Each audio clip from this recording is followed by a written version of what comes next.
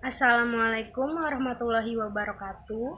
Saya Dinul Latiful Wafa dari kelas 11 F3 ingin mempresentasikan tentang larutan dan suspensi. Larutan dan suspensi.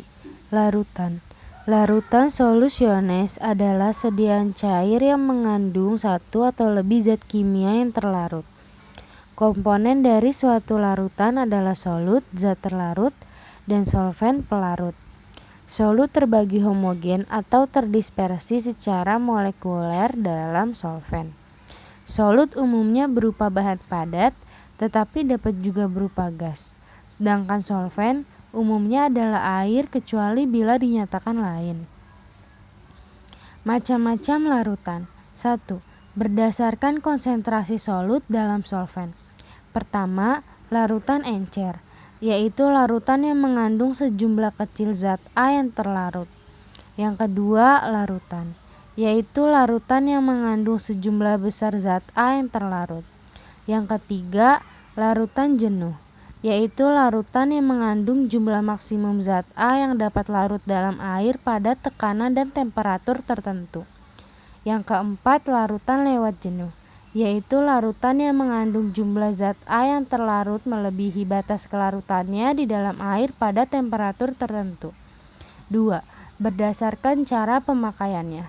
A. Larutan oral, yaitu sediaan cair yang dibuat untuk pemberian oral, mengandung satu atau lebih zat dengan atau tanpa bahan pengaroma, pemanis, atau pewarna yang larut dalam air atau campuran kosolvent air. B. Larutan topikal, yaitu larutan yang biasanya mengandung air tetapi seringkali juga pelarut lain, misalnya etanol. Pemakaian topikal dapat juga pada kulit dan pada mukosa mulut.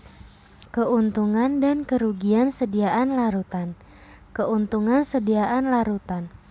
Pertama, lebih disukai anak-anak. Kedua, menjamin adanya keseragaman dosis. Ketiga, mudah diberikan kepada pasien yang sukar menelan sediaan padat. Yang keempat, bentuk larutan lebih mudah diabsorpsi dibandingkan tablet atau kapsul. Kerugian sediaan larutan. Yang pertama, tidak cocok untuk obat-obat yang tidak stabil dalam larutan. Yang kedua, volume bentuk larutan menjadi lebih besar. Yang ketiga, ada obat yang sukar ditutup bau dan rasanya dalam larutan. Faktor-faktor yang mempengaruhi kelarutan. Yang pertama, sifat solut dan solvent. Kedua, kosolvensi. Ketiga, kelarutan. Keempat, temperatur. Kelima, salting out. Keenam, salting in. Yang ketujuh, pembentukan kompleks. Faktor-faktor yang mempengaruhi kecepatan kelarutan. 1. Ukuran partikel.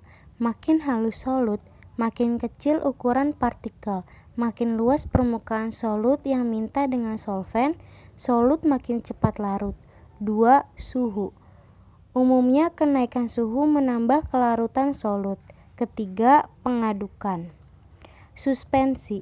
Menurut Farmakope Indonesia edisi 5, suspensi adalah sediaan cair yang mengandung partikel padat tidak larut yang terdispersi dalam fase cair. Macam-macam suspensi.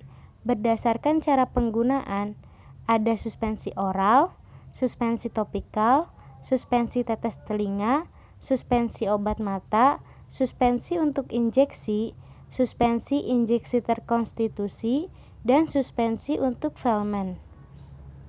Berdasarkan cara pemakaiannya, suspensi yang siap digunakan, dan suspensi yang berupa campuran padat yang harus dikonstitusikan terlebih dahulu dengan pembawaan sesuai segera sebelum digunakan.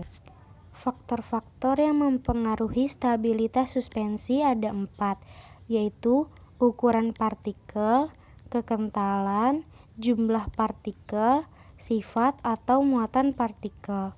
Penilaian stabilitas suspensi. A. Volume stabilitas suspensi. B. Derajat flokulasi. C.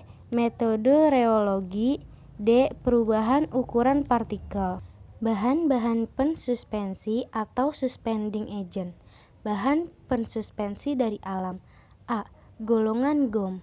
Yang pertama, Gumi Acaciae.